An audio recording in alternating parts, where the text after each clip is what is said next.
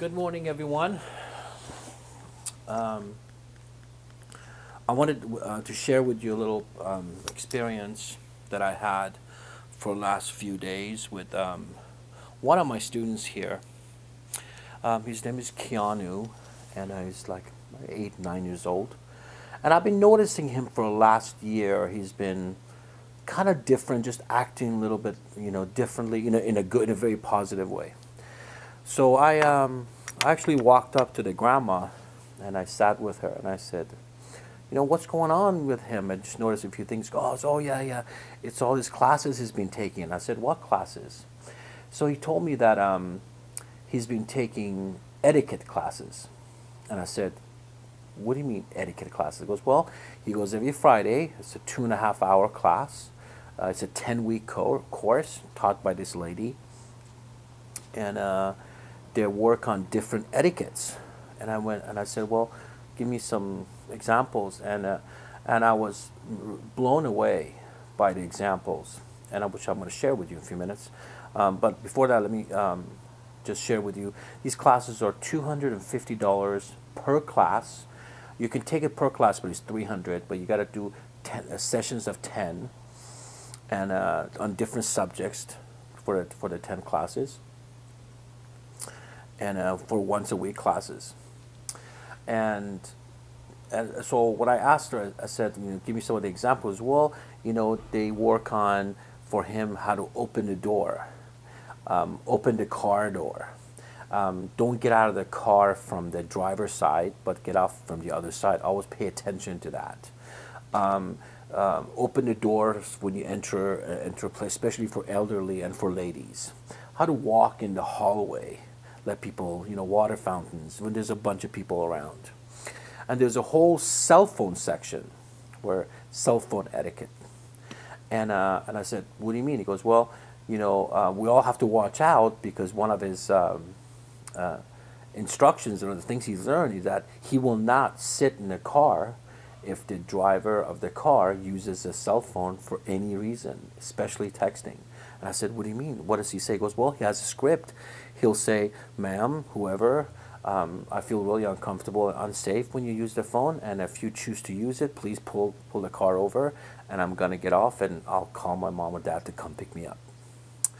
And which there's a part of me that was like, well, that's kind of, whatever, rude, but there's a bigger part of me that was like, God, that's what I want my kid to do. Then I thought about, all the stuff that this etiquette class is teaching. And I'm thinking, God, that's the stuff, the life skills that we should be teaching. This is our market. This is our kids. We should be sharing this etiquette's simple stuff.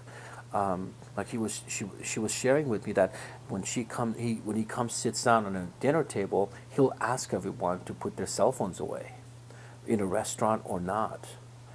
And as much as we want to bag on that, as much as we want to say whatever, as a father speaking, I want my kid to do that, and I wouldn't mind to myself, but I think about the warriorship. I remember Taejun Lee used to tell me about the Korean, the harangs, the protectors of the kings were the warriors, but at the same time, these guys were the most polite. They were the classiest, people. At the same time, they were warriors. Or the samurais, which means to serve, and they were the warriors, but they were the artists, they were the tea makers, they were the masters of the simple things, and they were gentlemen.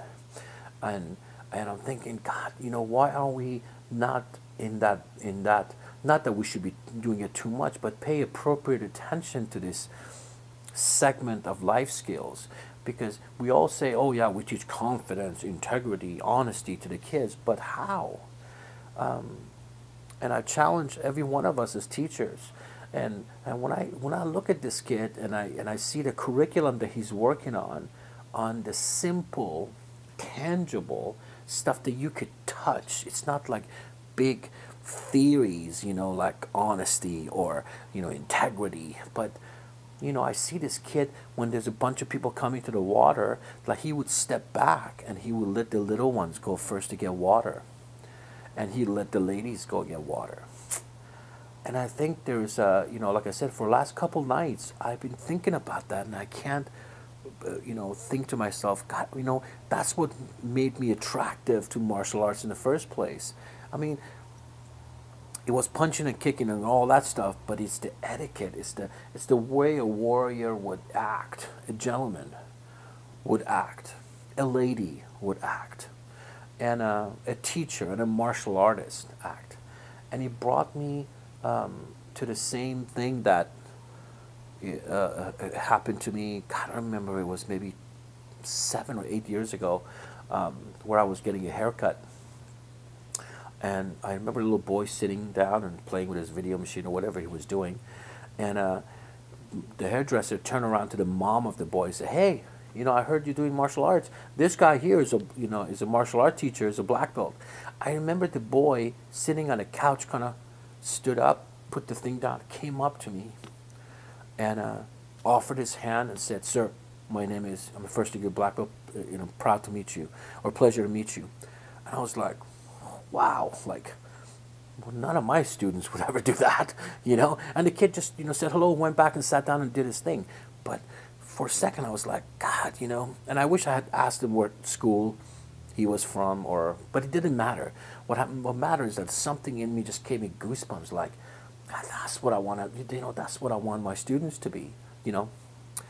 And with all that, being able to back it up and have great martial artists, you know, physically, mentally, spiritually, you know, and all that. But at the same time, to be like a gentleman, you know. I remember David Meyer used to say to me, you know, I want people to feel safe when I walk into a place. And that always stuck to my mind, like, wow, you know, you could just feel the presence of someone, not necessarily by the way they look, but the way they present themselves, you know, by their presence, and maybe by some basic etiquette. And I just want to kind of throw that out there. I'm personally committed to working on that now. I've gotten in touch with that teacher, and I want to know more about the curriculum. But I can see the need, you know. And another thing about that class, she teaches only 10 kids once a week. She's full 6 days a week, and there is a 2 years waiting list for next person in that class. So, have a good day.